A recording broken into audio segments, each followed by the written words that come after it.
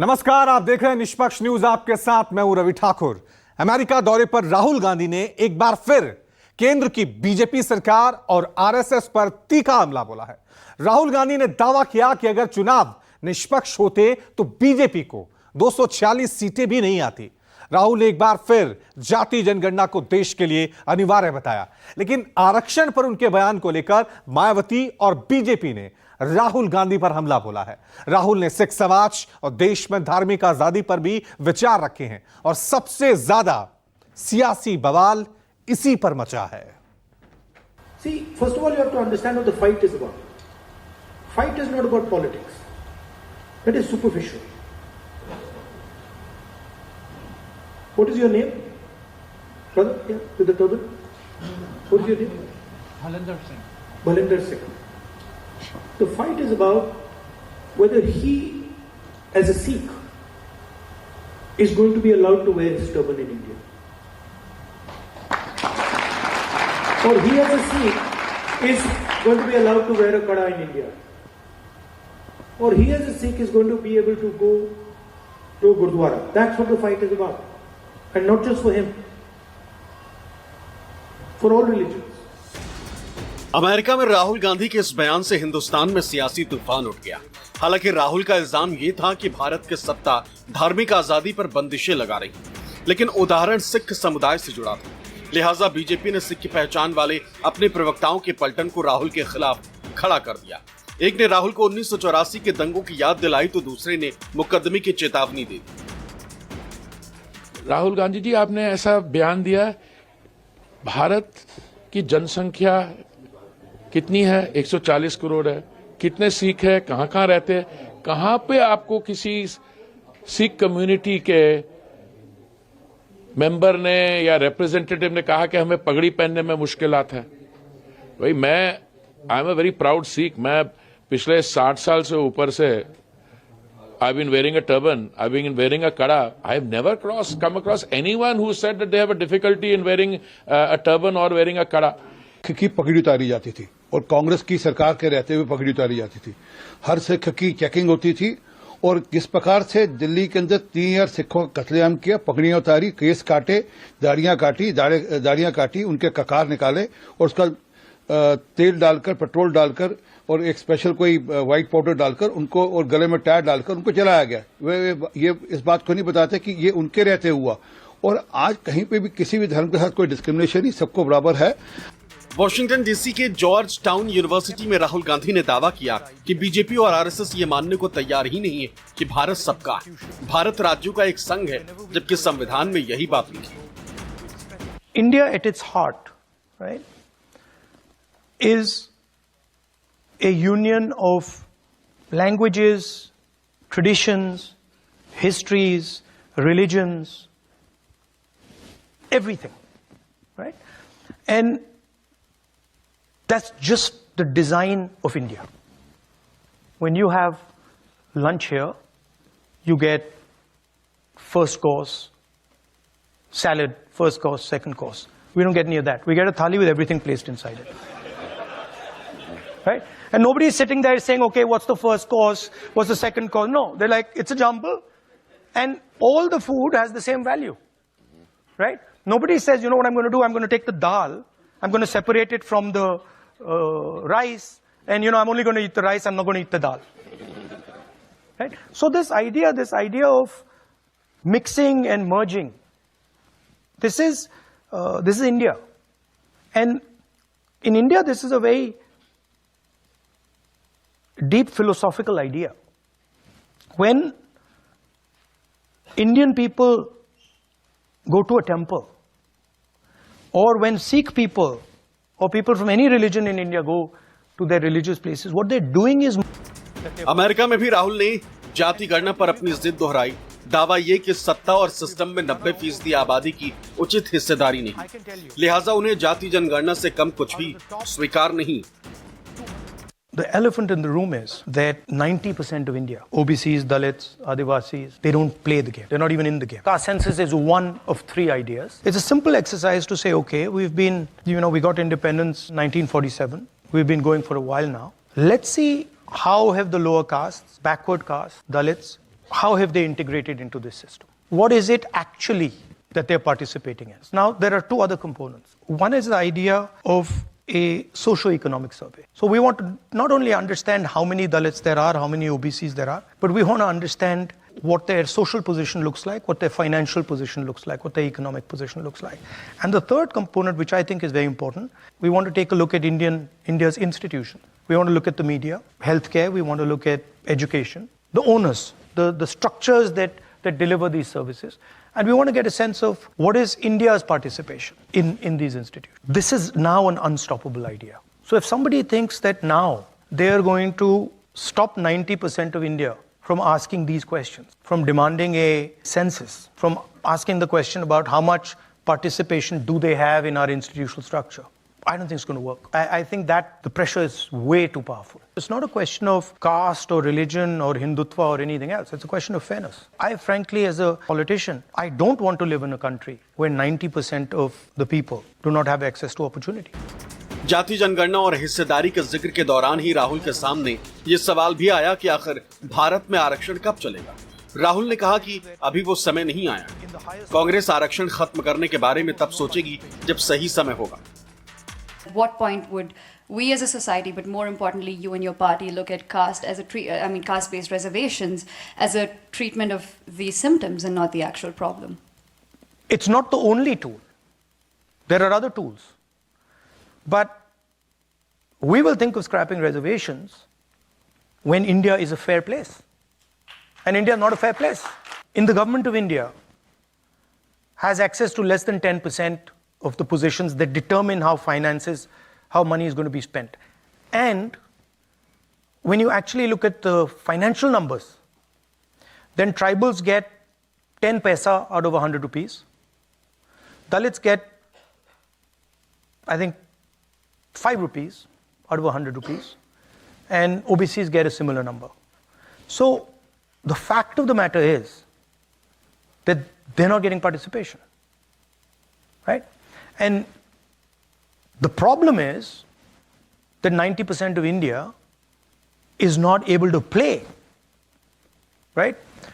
Go through the list of every single business leader in India. जाति जनगणना और आरक्षण पर राहुल के जवाब ने बहुजन समाज पार्टी की मुखिया मायावती को नाराज कर दिया। मायावती ने सोशल मीडिया प्लेटफॉर्म एक्स पर लिखा, केंद्र में काफी लंबे समय तक सत्ता में रहते हुए कांग्रेस पार्टी की सरकार ने ओबीसी आरक्षण को लागू नहीं किया और न ही देश में जातीय जनगणना कराने वाली ये पार्टी अब इसकी आड़ में सत्ता में आने के सपने देख रही है। इसके इस नाटक से सचेत रहें जो आगे कभी भी जातीय जनगणना नहीं करा पाएगी। आरक्षण के सवाल पर राहुल के जवाब को नाटक करार देते हुए मायावती ने लिखा, अब कांग्रेस पार्टी के सर्वे सर्वा श्री राहुल गांधी के इस नाटक से भी सतर्क रहे जिसमें उन्होंने विदेश में ये कहा है कि भारत जब बेहतर स्थिति में होगा तो हम SC, ST, OBC का आरक्षण खत्म कर देंगे। इससे स्पष्ट है कि कांग्रेस वर्षों से इनके आरक्षण को खत्म करने के षड्यंत्र में लगी है। मायावती ने ऐतराज के बाद सत्ताधारी बीजेपी भी राहुल पर टूट पड़ी। बीजेपी ने आरोप लगाया कि कांग्रेस हमेशा से आरक्षण विरोधी रही है, लिहाजा देश अब राहुल गांधी के झांसे में नहीं आए। अब संविधान को बचाने की दुहाई और दावा करने वाले राहुल गांधी ने अमेरिका में कहा है कि हम आरक्षण खत्म कर देंगे जब स्थितियां बनेगी। ये उनके शब्द हैं, मेरे नहीं है। When the conditions so warrant of fairness, we will scrap reservation. उनके दिल में जो आरक्षण के प्रति पूर्वाग्रह है वो सामने चला आया। जिस भारत के संविधान को बचाने की बात राहुल गांधी कर रहे हैं, लाल किताब लेके घूमते हैं, उस संविधान के साथ सबसे बड़ा छलावा और धोखा राहुल गांधी कर रहे हैं। इस टिप्पणी का क्या मतलब है राहुल गांधी? हम जानना चाहते हैं। ये कोई ऑफ द कफ कमेंट नहीं है। वो अमेरिका के एक यूनिवर्सिटी में सवाल जवाब दे रहे हैं। तो ये सोची समझी रणनीति है, षड्यंत्र है कि हम अवसर मिलते ही आरक्षण को खत्म करेंगे। ये हमारा आरोप है कि कांग्रेस पार्टी आरक्षण विरोधी है। वॉशिंगटन डीसी के जॉर्ज टाउन यूनिवर्सिटी में राहुल गांधी ने एक बार फिर ये दोहराया कि इंडिया गठबंधन का मूल मकसद संविधान की रक्षा है। जनता को ये बात समझ में आ गई, लेकिन चंद लोगों का हिंदुस्तान चाहने वालों को ये बात समझ में नहीं आई। The Constitution of India should be defended. Most of us agree on the idea of the caste census. We agree that two business people, namely Mr. Adani and Mr. Ambani, shouldn't run every single business in India. So for you to say that we don't agree, I think is inaccurate. Second thing is that all coalitions are negotiations, right? So a certain amount of to and fro will always take place. That is perfectly natural. There's nothing wrong with it. And we have run governments again and again which have been successful using coalitions. So we're pretty confident that we can do it again. संविधान की हिफाजत का संकल्प दोहराते हुए राहुल गांधी ने आरोप लगाया कि आरएसएस ने देश की संस्थाओं पर कब्जा कर लिया है और अगर चुनाव निष्पक्ष होते तो बीजेपी को 246 सीटें नहीं आती। And at some level, I was frankly blown away by the wisdom of India. Like I would sometimes sit there and say, this is quite amazing. Right? There was like a wall that suddenly arrived and said, okay, we are not backing down now. And really, I don't think the BJP, in a fair election, they were nowhere near 240 seats. No way.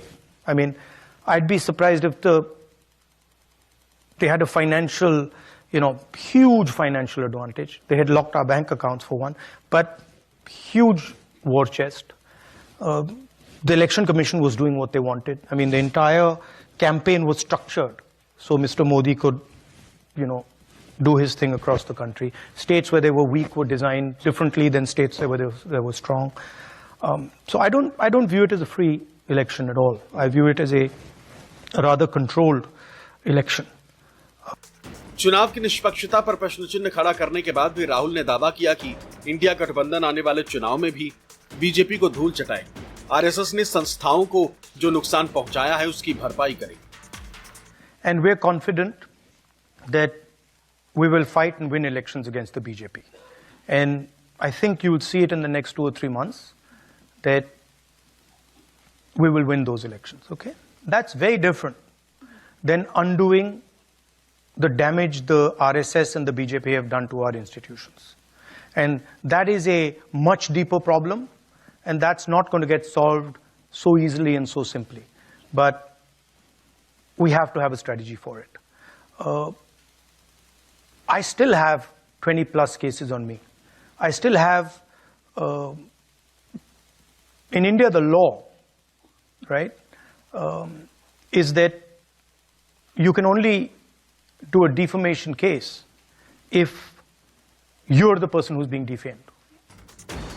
Rahul के all out attack ने BJP की पूरी पलटन को गुस्से से भर दिया। सांसद से केंद्रीय मंत्री तक बीजेपी के आला नेताओं की फौज ने राहुल के खिलाफ मोर्चा संभाल लिया। सत्ता पक्ष और विपक्ष में गुत्थम गुत्था हो गया। और अब तो वो केवल सरकार पे नहीं, चुनाव आयोग पर सवाल उठा रहे हैं।